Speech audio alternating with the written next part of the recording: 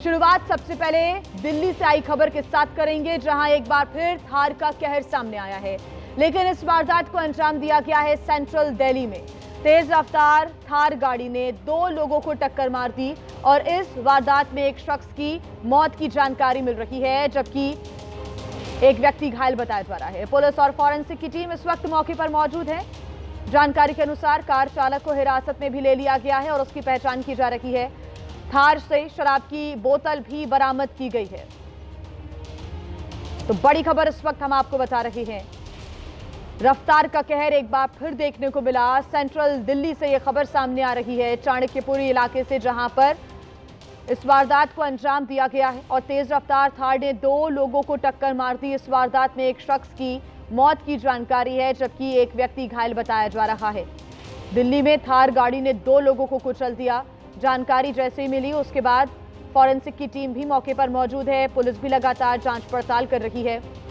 आपको बता दें कि कार चालक को हिरासत में ले लिया गया है, पूछताछ भी हो रही है। थार से शराब की बोतल भी बरामद की गई है। मौके पर लगातार उस एरिया को भी जांचा परखा जा रहा है, साथ ही सील कर दिया गया है। थार चालक को भी गिरफ्तार कर लिया गया है, उससे भी पूछताछ हो रही है। बताया जा रहा है कार के अंदर से एक बोतल भी बरामद हुई है शराब की। और ज्यादा जानकारी के साथ हमारे संवाददाता अहमद बिलाल हमारे साथ जुड़े हुए हैं। अहमद बिलाल, देखिए लगातार इस प्रकार की खबरें सामने आती हैं जब तेज रफ्तार कार का कहर देखने को मिलता है, और अब सेंट्रल दिल्ली से ये खबर सामने आई जो कि वाकई डरा देने वाली है। शराब की बोतल बरामद होती है, दो लोगों को ये कार कुचल देती है।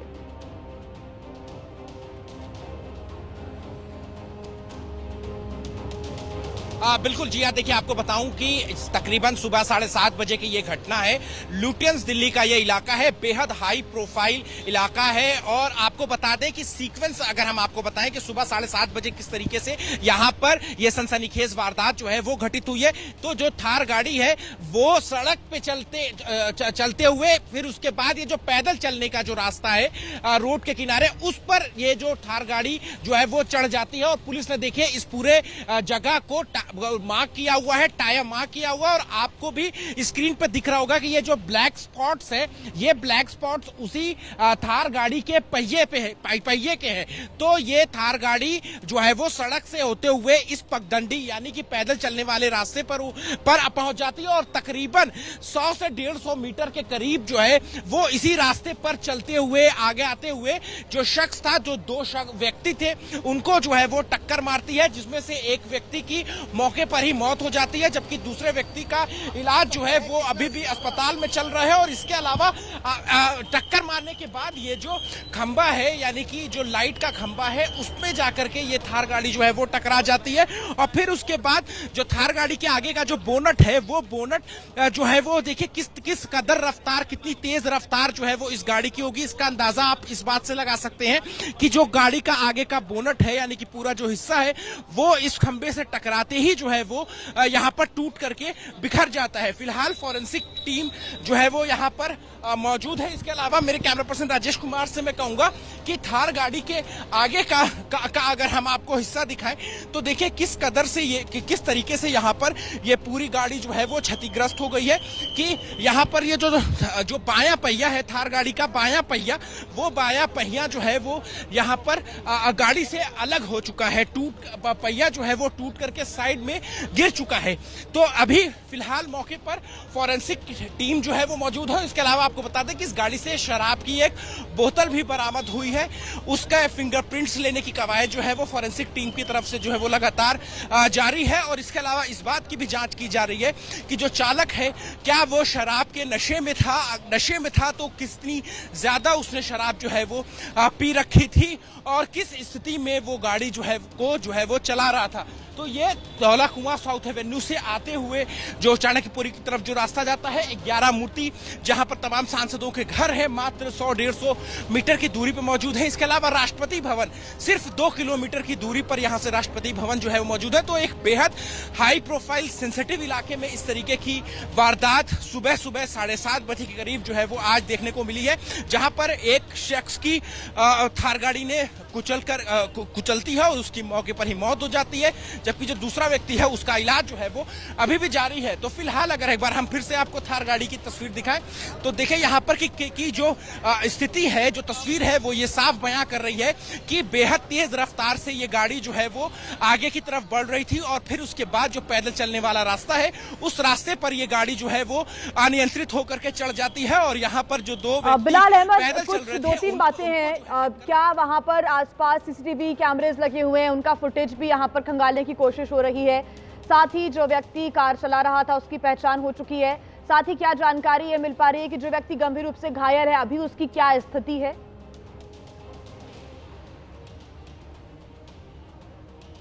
जी आप बिल्कुल आपको बता दें कि जो इलाके में जो सीसीटीवी कैमरे लगाए गए हैं उनकी फुटेजेस भी जो है वो लगातार दिल्ली पुलिस की जो टीम है वो खंगालने में जुटी हुई है, ताकि जो एक्चुअल फुटेज है, जो एक्चुअल इंसिडेंट का, वो जो है वो जल्द से जल्द पता लगाया जा सके। इसके अलावा आपको बता दें कि जो दूसरा शख्स है जिसकी अस्पताल में अभी भी फिलहाल जो इलाज है वो यहाँ पर जो है वो जारी है और जो बताया जा रहा है कि उस शख्स की भी हालत जो है वो गंभीर बनी हुई है। और आपको बता दें एक व्यक्ति की मौके पर ही मौत हो गई है। खून जो है वो अभी भी सड़क पर काफी मात्रा में बिखरा हुआ है, जो कि साफ बताता है कि किस तरीके से ये जो गाड़ी है तेज रफ्तार से जो है वो आ रही थी जब इसने दोनों व्यक्तियों को टक्कर मारी। जम्मू कश्मीर में सेना का एक्शन लगातार जारी है। बता दें आपको कि कुलगाम में 10वें दिन भी एनकाउंटर जारी है। किश्तवाड़ में सेना ने आतंकी को घेरा हुआ है। यहाँ पर कुछ आतंकियों के छिपे होने की जानकारी मिल रही थी और ऐसे में लगातार जो ऑपरेशन है वो चल रहा है। बता दें कि जम्मू कश्मीर में कुलगाम के जो अखल जंगल हैं यहाँ पर एनकाउंटर लगातार जारी है। कल जो खबर सामने आई थी उसके अनुसार एक आतंकवादी को ढेर करने का काम किया गया था, साथ ही साथ 2 जवान भी यहाँ पर शहीद हो गए थे, ये जानकारी मिली थी। क्योंकि मुठभेड़ लगातार जारी है। 3 तस्वीरें आपके सामने, कुलगाम, किश्तवाड़ और कुपवाड़ा की तस्वीरें। आपको बता दें कि ये जो ऑपरेशन अखल है वो 1 अगस्त से ही जारी है और आज उसका 10वां दिन शुरू हो चुका है। 10वें दिन भी एनकाउंटर चल रहा है। 2 अगस्त को 2 आतंकवादियों के मारे जाने की खबर भी सामने आई थी। लगातार मुठभेड़ का सिलसिला चल रहा है और अभी भी एक आतंकवादी को सुरक्षा बलों की टीम ने घेरा हुआ है, क्योंकि लगातार ही जानकारी मिल रही थी कि इन जंगलों में अभी भी आतंकियों के छिपे होने की आशंका है। आपको लगातार ये 3 तस्वीरें हम दिखा रहे हैं अभी भी, क्योंकि लगातार इन इलाकों में सर्च ऑपरेशन चल रहा है। पूरे इलाके को कॉर्डन ऑफ कर लिया गया है। आतंकवादियों के खिलाफ सुरक्षा बलों का ऑपरेशन अखल लगातार जारी है। 1 अगस्त से ये ऑपरेशन शुरू हुआ। सर्च ऑपरेशन के दौरान आतंकियों ने सुरक्षा बलों के ऊपर फायरिंग कर दी थी, जिसके बाद जवाबी कार्रवाई की गई। 2 आतंकवादियों के मारे जाने की खबर भी सामने आई थी और अधिकारियों के द्वारा ये बताया गया है कि इलाके में आतंकी गतिविधि की जो सूचना है, जो इनपुट है वो उनको मिला था, जिसके बाद सर्च ऑपरेशन शुरू किया गया था और इस दौरान ही आतंकियों ने सुरक्षा बलों के ऊपर फायरिंग की, जिसके बाद जवाबी कार्रवाई की गई और तब से लेकर अब तक ये ऑपरेशन लगातार जारी है। आज है 10वां दिन इस एनकाउंटर का, इस ऑपरेशन का। मुठभेड़ क्योंकि लगातार चल रही है जंगल में, हालांकि कुल कितने आतंकी छिपे हुए हैं इसका फिलहाल जो आंकड़ा है वो सामने नहीं आया है, साफ नहीं है, लेकिन हाँ कुछ आतंकियों के अभी भी छिपे होने की जानकारी मिल रही है। आसिफ कुरैशी हमारे साथ जुड़े हुए हैं ज्यादा जानकारी के साथ। आसिफ, इस ऑपरेशन का आज 10वां दिन है और आज भी लगातार आतंकियों के खिलाफ ऑपरेशन चल रहा है, अभी क्या अपडेट है ताजा? बिल्कुल, देखिए ये जम्मू कश्मीर में देखिए हाल फिलहाल के दिनों की तो सबसे बड़ी मुठभेड़ है ही, लेकिन पिछले 2 दशक में ये सबसे बड़ी मुठभेड़ अब बन गया है, क्योंकि आज इस मुठभेड़ का 10वां दिन है। अभी तक जो सेना की तरफ से हमारे साथ जो साझा की गई है जानकारी, उसके अनुसार 4 से 5 आतंकियों का एक समूह था जो देवसर के आगे के जंगलों में देखा गया था, जिसके बाद ये ऑपरेशन शुरू किया गया था। पहले ही दिन ऑपरेशन के दौरान एक मिलिटेंट को तो सुरक्षा बलों ने मार गिराया था, लेकिन उसके बाद जो बाकी मिलिटेंट थे वो घने जंगलों में फैल गए और यहाँ पे वो लगातार सुरक्षा बलों के लिए अब एक चुनौती बनते जा रहे हैं। एक और जो मुठभेड़ जब हुई थी कल, उसमें सेना के 4 जवान गंभीर रूप से घायल हो गए थे, जिसमें से 2 बाद में जो है जिनकी मृत्यु हो गई थी।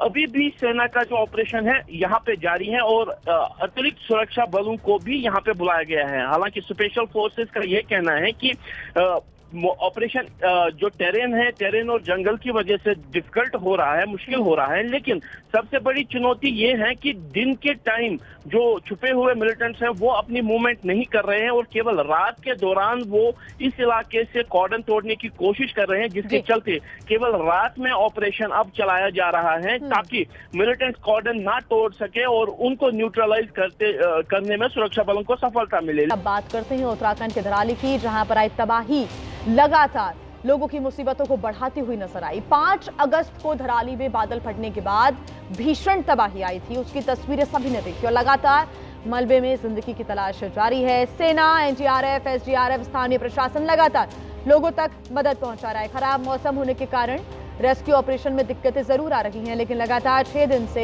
हर तरह से लोगों तक मदद पहुंचाई जा रही है और अब तक 1000 से अधिक लोगों का रेस्क्यू पूरा हो चुका है, लेकिन अभी भी कई लोग लापता बताए जा रहे हैं। उन तक भी पहुंचने की कोशिश हो रही है और दिन रात लगातार जो रेस्क्यू ऑपरेशन है वो चल रहा है। तो उत्तराखंड में 5 अगस्त को बादल फटने के बाद हर्षिल में जो बाढ़ आई उसकी वजह से यहां पर एक झील जैसी स्थितियां बन गई हैं, झील बन गई है। पूरा इलाका इस वक्त मलबे में तब्दील हो चुका है। इस वक्त हम हर्षिल स्थित सेना के हेलीपैड पे मौजूद हैं और आप देख सकते हैं कि किस तरीके से यहाँ पर लोगों को ले करके जाया जा रहा है। जो लोग रेस्क्यू करके इस आर्मी कैंप में लेकर के आए गए हैं उनको यहाँ से सेना हेली के जरिए बाहर निकाल रही है, उत्तरकाशी पहुंचा रही है, देहरादून पहुंचा रही है, ताकि जो लोग यहाँ पर फंसे थे वो अपने गंतव्य तक पहुंच सकें। और लगातार सेना के जवान रेस्क्यू करते हुए नजर आ रहे हैं और आप देख सकते हैं कि किस तरीके से यहाँ पर लोगों को रेस्क्यू करके सेना लेकर के जाती हुई आपको नजर आएगी, क्योंकि सड़क मार्ग पूरी तरह से टूट गया है और सिर्फ अब एक ही रास्ता बचा है, वो है हवाई मार्ग और हवाई मार्ग के जरिए लोगों को यहाँ से रेस्क्यू करके ले जाया जा रहा है। तो यानी कुल मिला के ये कह सकते हैं कि सेना पूरी तत्परता से लगी हुई है, 24 घंटे रेस्क्यू का कार्य चल रहा है और आपने देखा कि किस तरीके से जो रेस्क्यू करके लोग यहाँ पर लाए जा रहे हैं आर्मी कैंप में, उन्हें यहाँ से बाहर हवाई मार्ग के जरिए ले जाया जा रहा है। हर्षिल से वीडियो जर्नलिस्ट सुनील कुमार पांडे के साथ बलराम पांडे, एबीपी न्यूज। तो ये ग्राउंड रिपोर्ट आप देख रहे थे। आपको बता दें कि रेस्क्यू किए गए लोगों को इलाज के लिए आईटीबीपी अस्पताल में भर्ती भी कराया जा रहा है, जहां कैंप लगाकर उनका इलाज कराया जा रहा है।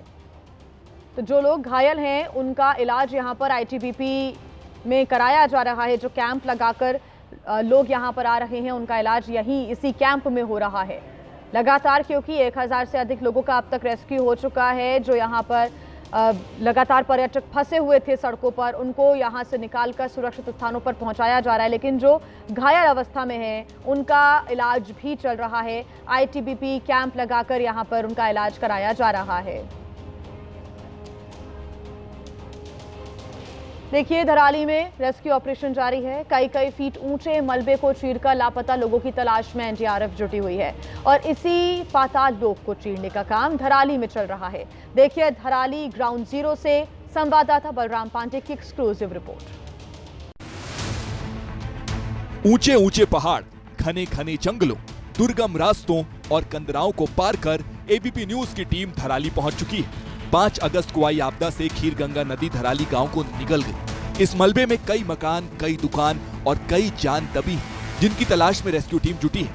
इसी मलबे में 5 अगस्त की कई दर्दनाक दास्तां भी दबी हैं, जो एबीपी न्यूज आपको दिखाने जा रहा है।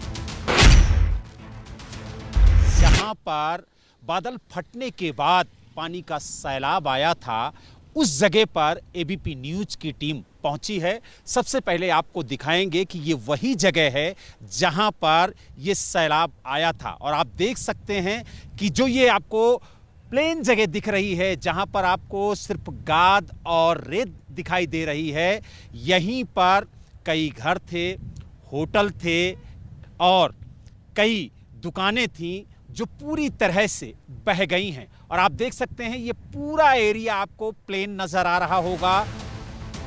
एबीपी न्यूज संवाददाता बलराम पांडे की रिपोर्ट का जो हिस्सा आपने देखा, वो वहीं से रिपोर्ट की गई है जहां से धराली आपदा की 5 अगस्त वाली तस्वीर सामने आई थी। देखिए, पूरी की पूरी भागीरथी नदी धराली गांव के मलबे की चपेट में है। ग्राउंड जीरो के और करीब पहुंचने के लिए एबीपी न्यूज भागीरथी का पुल पार कर धराली गांव की तरफ बढ़ चला। इस वक्त हम धराली में उसी जगह पे मौजूद हैं जहां पर बादल फटने के बाद तबाही हुई थी। आप देख सकते हैं कि यहां पर मार्केट थी, कई लोगों के घर थे और होटल्स थे, लेकिन जब पानी का सैलाब आया तो सब कुछ बह गया। और यही वजह है कि जो ठीक सामने आपको ऊंची सी गाद दिख रही है, यहां पर कई घर थे और ये जो पत्थर बड़े बड़े आपको नजर आ रहे हैं, यहां पर दुकानें थीं, एक छोटी सी मार्केट यहां पर थी, लेकिन सब कुछ पूरी तरह से खत्म हो गया है। दूसरी तरफ हम अपने सहयोगी से कहेंगे कि वो दिखाएं, जहां पर आपको ऊंची सी गाद दिख रही है, यहां पर कुछ होटल्स थे जो पूरी तरह से खत्म हो गए हैं और इस प्रलय से यहां पर भारी नुकसान हुआ है। धराली के जिस तट पर भागीरथी और खीर गंगा का संगम होता है, वहां 5 अगस्त के बाद से मलबे का पहाड़ बन गया है।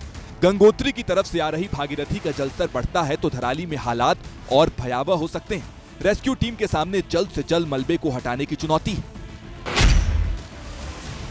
इस वक्त हम धराली के उस जगह पे मौजूद हैं जहां पर सिर्फ आपको गाद का ढेर दिखाई देगा और इसी के नीचे कई घर, कई दुकान और होटल दबे हुए हैं। आप देख सकते हैं कि एक पहाड़ सा बन गया है गाद का और इसको हटाने का काम लगातार जारी है और इसके नीचे कितने घर, कितनी दुकानें दबी हैं।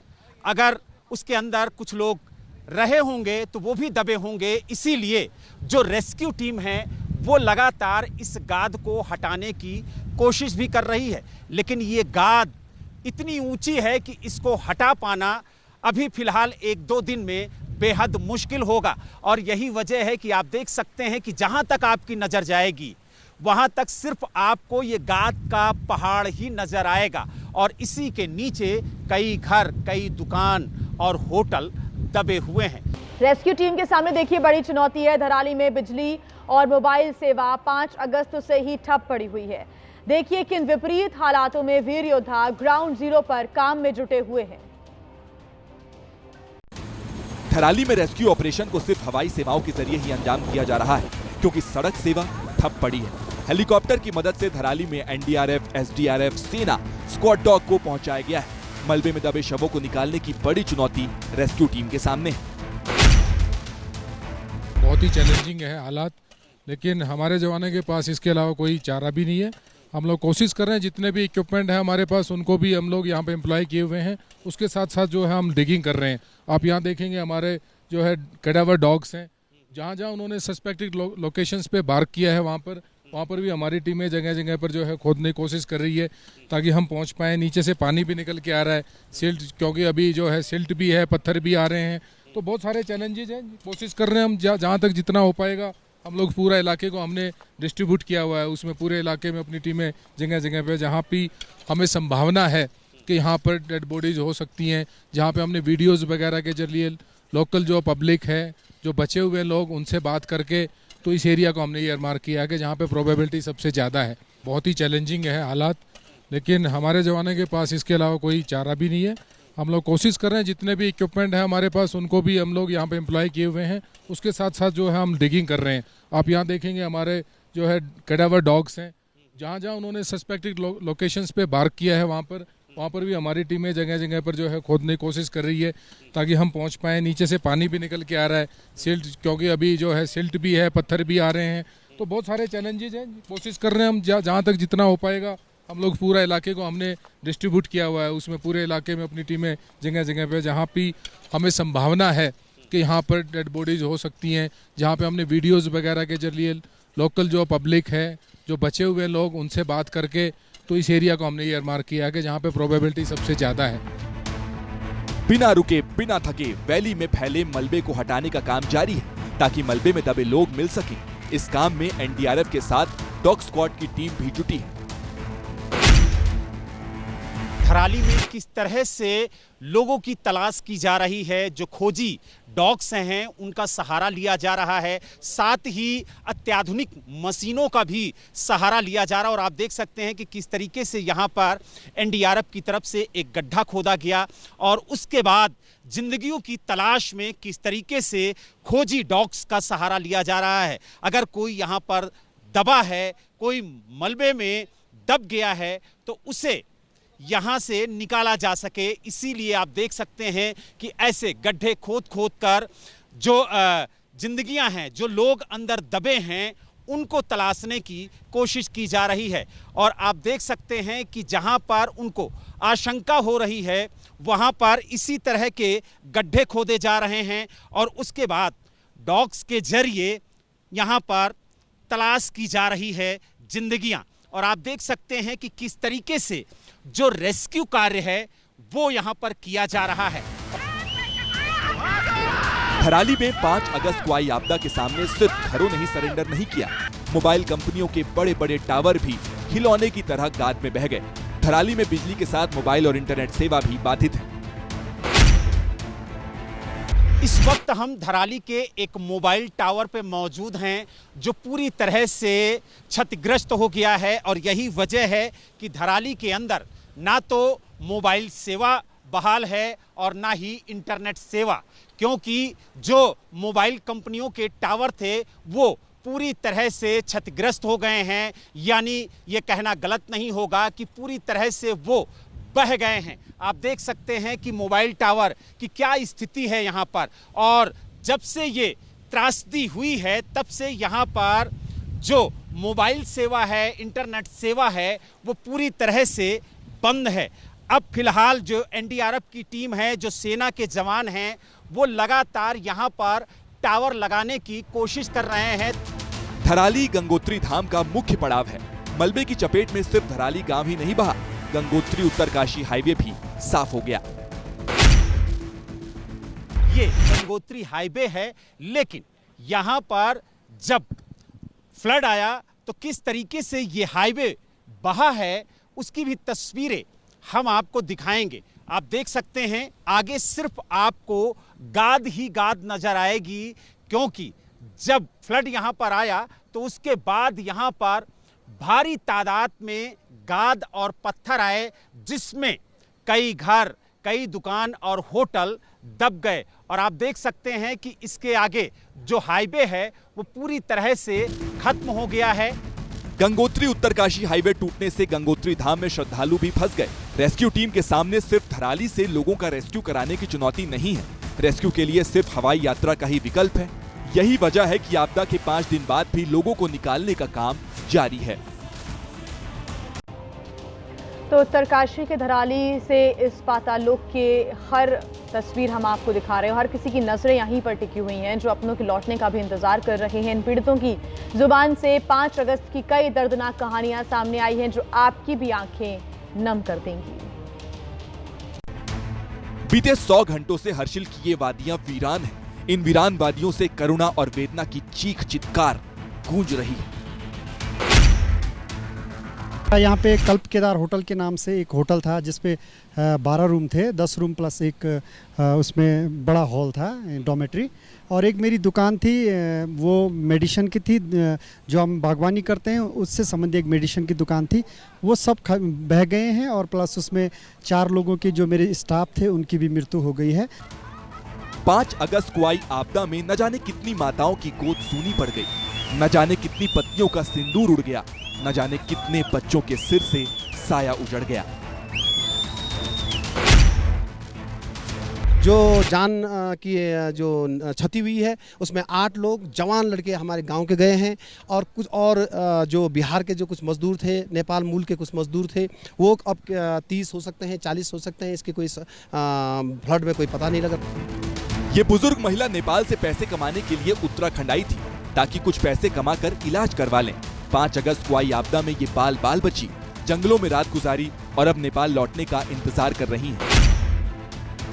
हाँ, यहीं रह रहा थे सर, क्या करना, बड़ा मुश्किल से बच्चा बच गया। हम तो बड़ा रो चिल्लाए हम तो वहाँ गया, जंगल में गया, क्या करना, खाना रोना का कोई जुगाड़ा नहीं है। ये नेपाल से ना पूछ के इधर आया, दवाई के लिए, इलाज करने के लिए आया, पैसा कमाने के लिए आया। हमको तो कुछ नहीं है, हमका बड़ा मुश्किल से चीज़ें। कितने दिन से यहाँ पर आप रह रहे थे? जितना दिन ये पैरा निकल गया उतना दिन से ऐसे हैं, ऐसे गरीब बैठा खाए, क्या करना। वहीं देखिए 5 अगस्त को आई आपदा से सिर्फ धराली तबाह नहीं हुआ, हर्षिल वैली के कई हिस्से आपदा की चपेट में आ गए। गंगोत्री धाम जाते हुए धराली से करीब 6 किलोमीटर पहले हर्षिल पड़ता है और खीरगंगा से सैलाब जब भागीरथी में आया तो नदी का जलस्तर अचानक से इतना ज्यादा बढ़ गया कि हर्षिल में मौजूद सेना का कैंप भी इसकी जद में आ गया, जहां अब राहत बचाव का कार्य चल रहा है। एबीपी न्यूज संवाददाता बलराम पांडे ने वहां से ग्राउंड रिपोर्ट भेजी है, आपको जरूर देखनी चाहिए।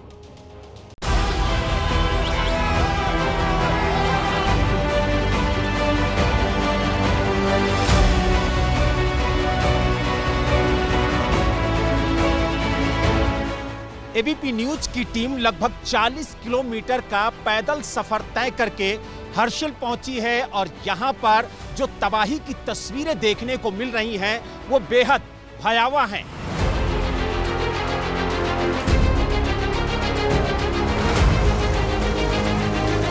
यहां पर एक रेस्टोरेंट था, शौचालय था, लेकिन पानी के सैलाब ने यहां पर सब कुछ बहा कर रख दिया है।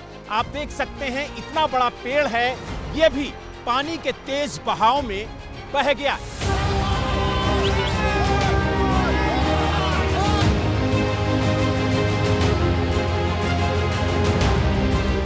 इस वक्त एबीपी न्यूज की टीम जहां पर खड़ी है, यहीं पर सेना का कैंप था जिसे फ्लड बहा करके ले गया है।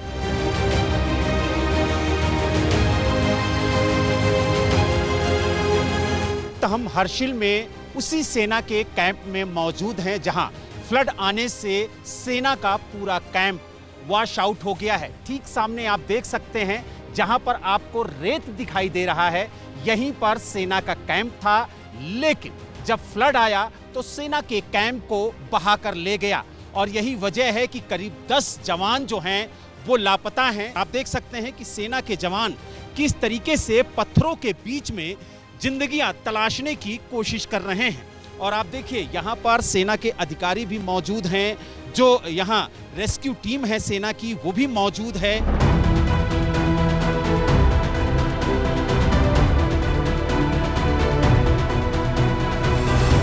कोशिश यही है कि जल्द से जल्द जो लापता जवान हैं उनको खोजा जाए ताकि उन्हें राहत कैंप में पहुंचा करके उन्हें उचित उपचार दिया जाए, लेकिन उनको तलाशने में बेहद मुश्किल हो रही है।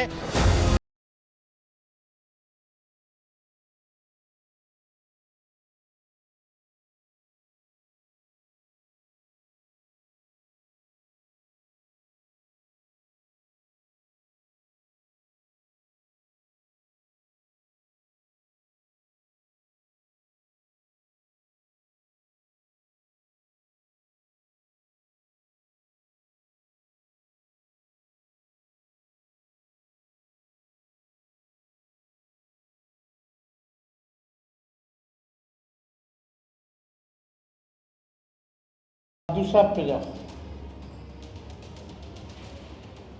दूसरा पे जाओ।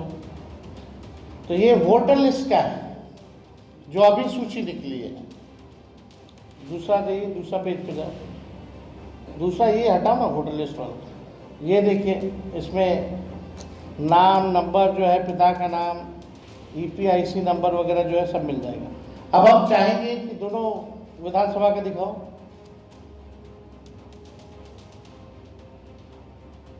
अब ऑनलाइन चल के चेक करते हैं दोनों EPIC नंबर, ताकि प्रमाणित हो जाए। अब ऑनलाइन चेक किया जाए। ये लखीसराय का डालो।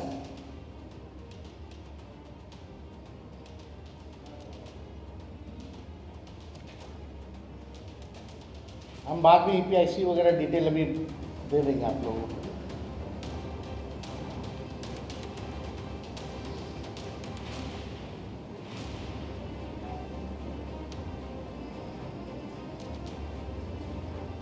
आप देख सकते हैं एक्सेप्टेड। ये कहाँ का है? लखीसराय का। अब बांकेपुर के लगाओ, ईपीआईसी नंबर डिटेल है यहाँ। अब बांकेपुर के लगाया जाए। अभी मुख्यमंत्री जी का बिजली पे है क्या?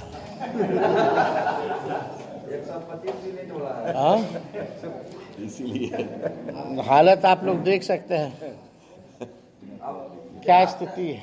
125 यूनिट आया, 4 किलो बिजली कट जा रहा है, पूरा मामला रहेगा नहीं। 125 तो देखिए, आश्चर्य का बात है कि आपके पास 2 ईपीआईसी नंबर है, वो भी 2 अलग अलग विधानसभा क्षेत्रों का। एक में एज है 57 और एक में एज है 60। ये ऑनलाइन भी इलेक्शन कमीशन के एप्लीकेशन पर है, आप लोगों ने देखा।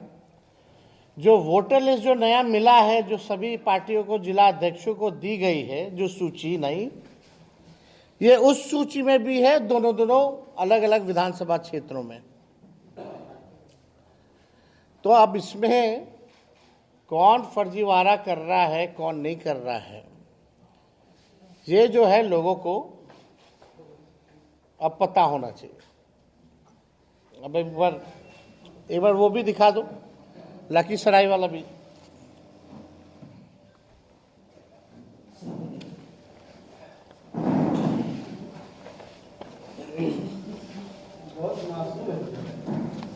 हाँ,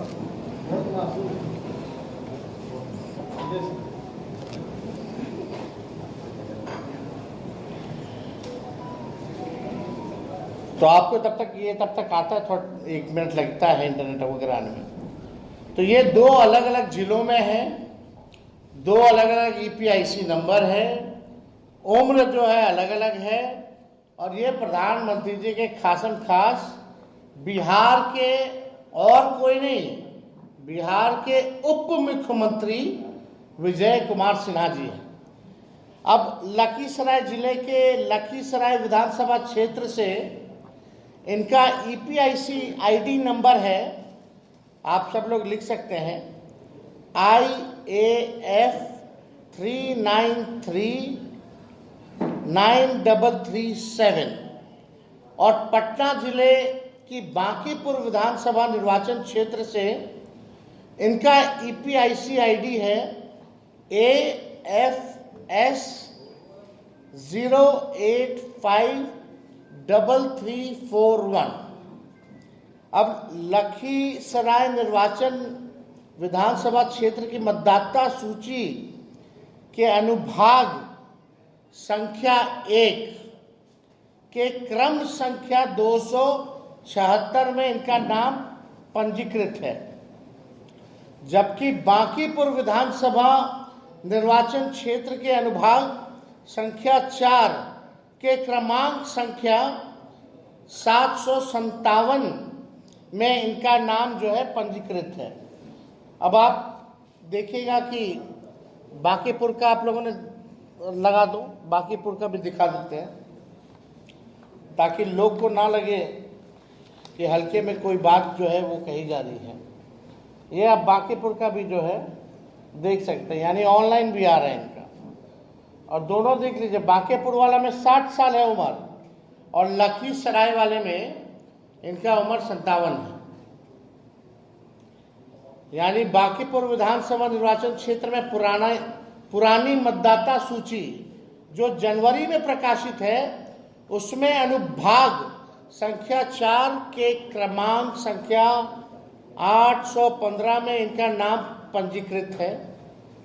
इनका चुनावी हलफनामा दिखाओ भाई। इनका चुनावी हलफनामे में भी बांकीपुर विधानसभा निर्वाचन क्षेत्र के क्रमांक का ही जिक्र है। जूम करो,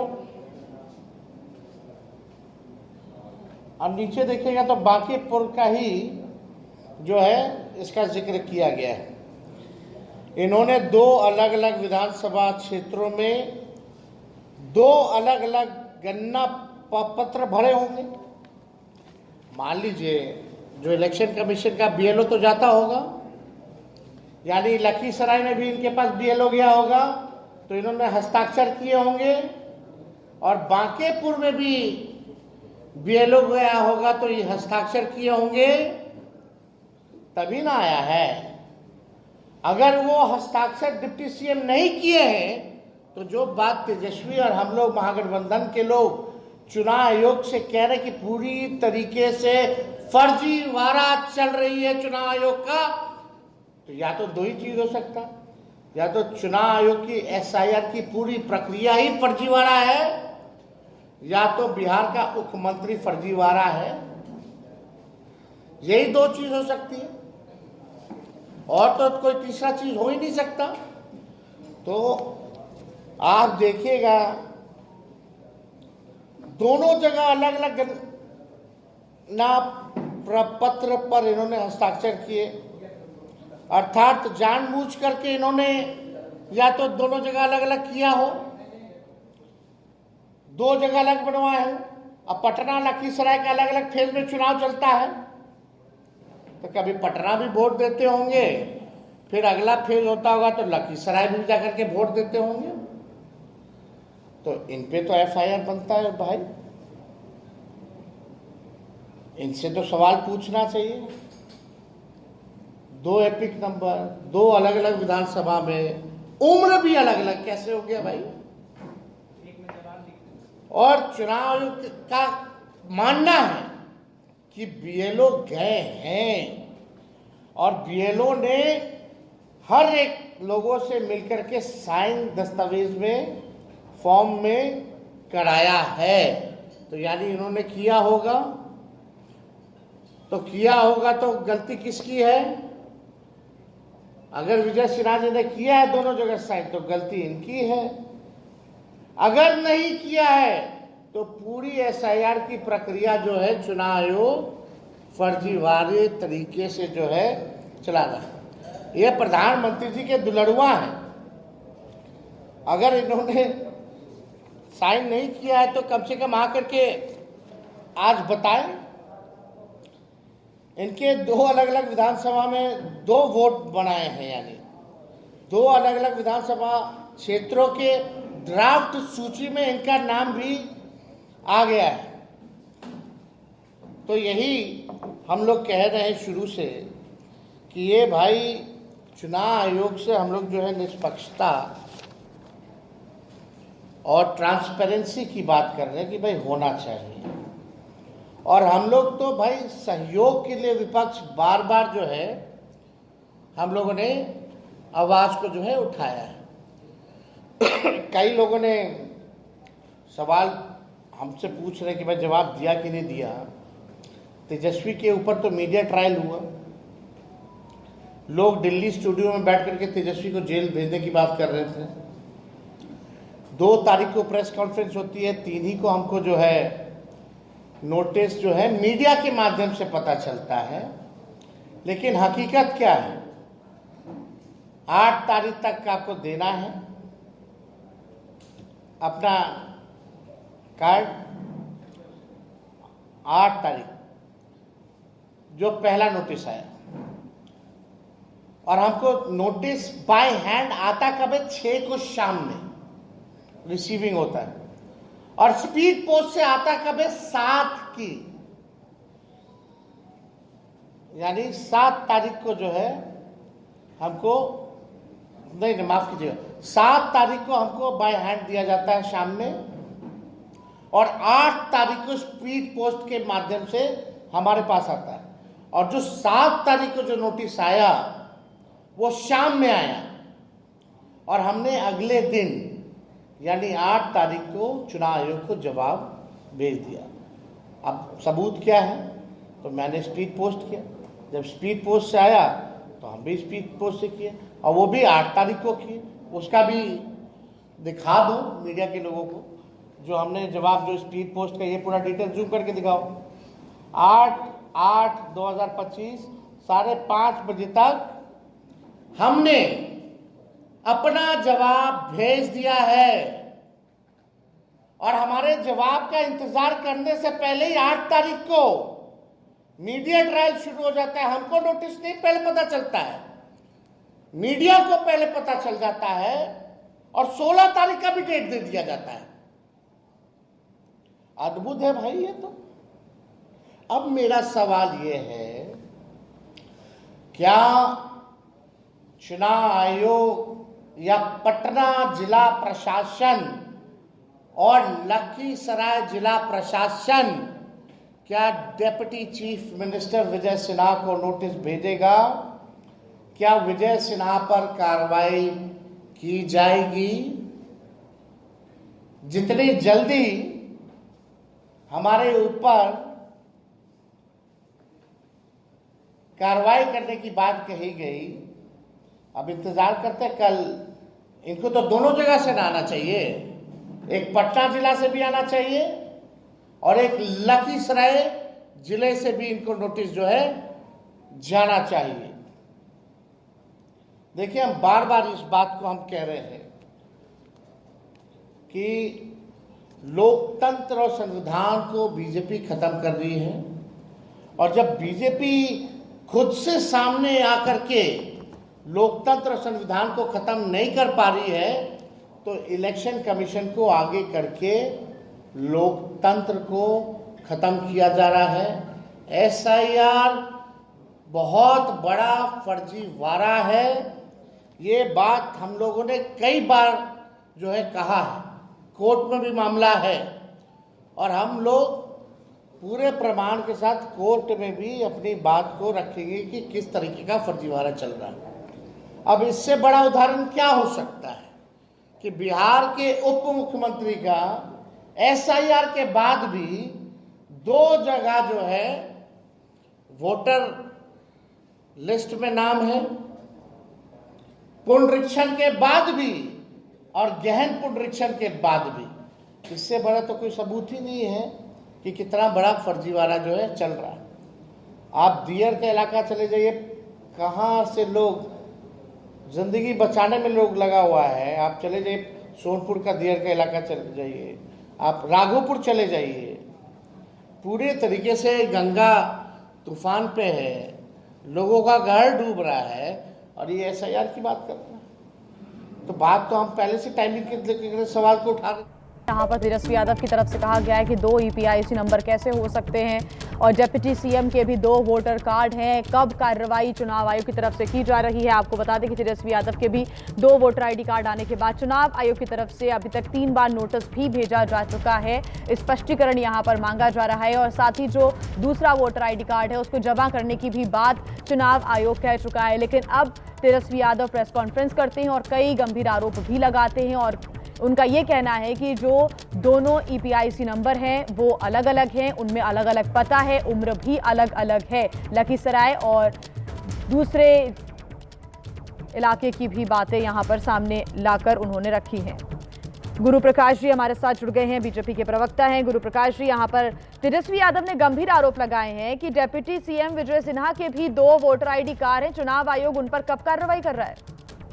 नहीं, देखिए, ऐसा है कि तेजस्वी यादव जी अपने ट्रैप में ही फंस गए हैं जी। शुद्ध रूप से कम आज की प्रेस कॉन्फ्रेंस के बाद ये बात स्पष्ट हो गई है कि तेजस्वी यादव जी ने स्वीकार कर लिया है कि उन्होंने जो पब्लिक के सामने, कैमरे के सामने डेटा दिया था वो झूठ था, भ्रमित करने का प्रयास किया था। विजय सिन्हा जी का जो विषय है उस पर तो जांच होगी, इनके आरोप में कितना दम है, कितना आधार है, कितना तथ्य है, मुझे नहीं मालूम, लेकिन कम से कम तेजस्वी यादव जी ने इस बात को स्वीकार किया। आज की तारीख में राहुल गांधी जी दिल्ली में और तेजस्वी यादव जी पटना में कुल मिलाकर के संवैधानिक संस्थानों के विरोध में जो कॉन्स्पिरेसी कर रहे हैं, जो कॉन्स्टिट्यूशन इंस्टीट्यूशन के खिलाफ में ऐसा एक विरोधाभास पैदा करने का प्रयास कर रहे हैं, ये बिल्कुल ही गलत बात है। मुझे लगता है कि तेजस्वी यादव जी को स्पष्टीकरण देने की आवश्यकता है। जहां तक इनके आरोप का विषय है, चुनाव आयोग पे हमारी पूरी निष्ठा है। चुनाव आयोग एक संवैधानिक संस्थान है और चुनाव आयोग के काम पे हमारी पूरी आस्था है, हमारी पूरी निष्ठा है। चुनाव आयोग स्पष्ट कर देगा, लेकिन तेजस्वी यादव जी ने आज के प्रेस कॉन्फ्रेंस तेजस्वी यादव वही तो सवाल उठा रहे हैं गुरु प्रकाश जी की 3 नोटिस तेजस्वी यादव को भेज दिए गए, जो तेजी के साथ, क्या उसी तेजी के साथ नोटिस भेजे जाएंगे डिप्टी सीएम को भी? विजय सिन्हा जी ने कोई प्रेस कॉन्फ्रेंस तो नहीं किया था, उन्होंने चुनाव आयोग पे कोई प्रश्न तो नहीं खड़ा किया था, उन्होंने ये तो नहीं कहा था कि चुनाव आयोग पे संदेह और शंकाओं स्पष्ट करना चाहते हैं। देखिए, मुद्दा ये नहीं है, मुद्दा ये कि तेजस्वी यादव जी ने जो सेल्फ गोल किया था वो सेल्फ गोल में घिर गए हैं आज। आज अपने आप को बचाने के लिए तमाम तरह की बातों का सहारा ले रहे हैं। मैं पुनः बोलता हूं और पूरी जिम्मेवारी और पूरे आत्मविश्वास के साथ बोलता हूं कि चुनाव आयोग पे हमारी पार्टी की पूरी निष्ठा है, पूरी आस्था है।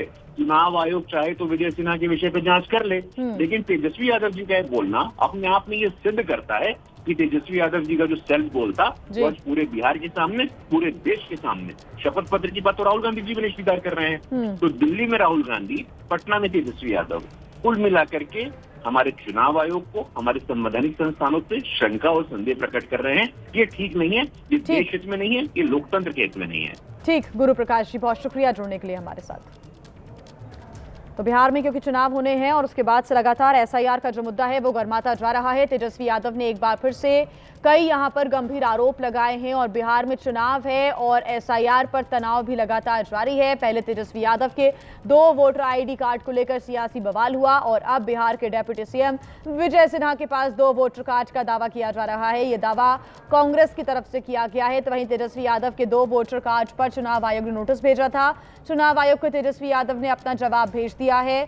वहीं राहुल गांधी ने महाराष्ट्र और कर्नाटक चुनाव को लेकर भी बड़ा यहां पर दावा किया था। इसको लेकर चुनाव आयोग ने राहुल गांधी से दोबारा जवाब मांगा है और चौथी खबर यह है कि सुप्रीम कोर्ट में सुनवाई से पहले चुनाव आयोग ने भी अपना जवाब दाखिल कर दिया है, जिसमें यह कहा गया है कि जिन लोगों का नाम कटेगा उन्हें अपील करने का भी मौका जरूर मिलेगा।